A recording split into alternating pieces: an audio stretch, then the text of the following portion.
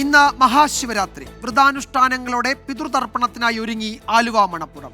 Green protocol പ്രകാരമാണ് ഇത്തവണയും ശിവരാത്രി ആഘോഷങ്ങൾ. ജനലക്ഷങ്ങളാണ് വ്രതാനുഷ്ഠാനങ്ങളോടെ പിതൃതർപ്പണത്തിനായി ആലുവ മണപ്പുറത്തേക്ക് ഒഴുകിയെത്തുന്നത്. ഇന്ന് അർദ്ധരാത്രിയിൽ ശിവരാത്രി വിളക്കും എഴുന്നള്ളിപ്പും കഴിഞ്ഞാണ് ഔപചാരികമായ ബലിതർപ്പണം തുടങ്ങുകയെങ്കിലും രാവിലെ 4 മണി മുതൽ തന്നെ വിവിധയിടങ്ങളിൽ നിന്ന് ഭക്തർ എത്തിത്തുടങ്ങിയിരുന്നു. സംസ്ഥാനത്ത് ഏറ്റവും കൂടുതൽ ആളുകൾ ശിവരാത്രി ബലിയിടാനായി എത്തുന്നതും ആലുവ മണപ്പുറത്തേക്കാണ്. കുംഭമാസത്തിലെ അമാവാസി ദിനമായ നാളെ ഉച്ചവരെ 5 ലക്ഷത്തോളം ഭക്തരെത്തുമെന്നാണ് കണക്ക്. മുൻവർഷക്രമം ക്രമീകരണങ്ങളെല്ലാം പൂർത്തീകരിച്ചു കഴിഞ്ഞു.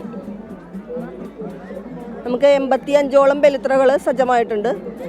ഇന്ന് 12 മണിക്ക് ശേഷമായിരിക്കും ബലിതർപ്പണങ്ങൾ ആരംഭിക്കുക. നാളെ ഉച്ചവരെയായിരിക്കും ബലിതർപ്പണങ്ങൾ ഉണ്ടായിരിക്കുന്നത്. ക്ഷേത്രകർമ്മങ്ങൾക്ക് മേൽശാന്തി മുല്ലപ്പള്ളി ശങ്കരൻ നമ്പൂതിരി മുഖ്യ കാർമ്മികത്വം വഹിക്കും. 116 ബലിത്തറകളാണ് ആലുവ മണപ്പുറത്ത് ഒരുക്കിയിരിക്കുന്നത്. അദ്വൈതാശ്രമത്തിലും ഒരേ സമയം 2000 പേർക്ക് ബലിതർപ്പണം നടത്താൻ സൗകര്യമുണ്ട്.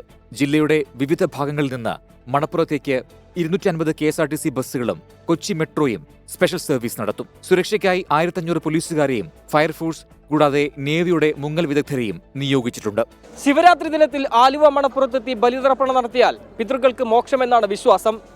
ഇതിനോടകം സംസ്ഥാനത്തിന്റെ വിവിധ ഇടങ്ങളിൽ നിന്നായി 10,000-ഓളം ഭക്തരാണ് ആലുവയിലേക്ക് ഒഴുകിയെത്തിയത്. ആലുവ മണപ്പുറത്ത് നിന്നും സന്തോഷ് ചേകർക്കൊപ്പം നിതിൻ അംബുജൻ, 24.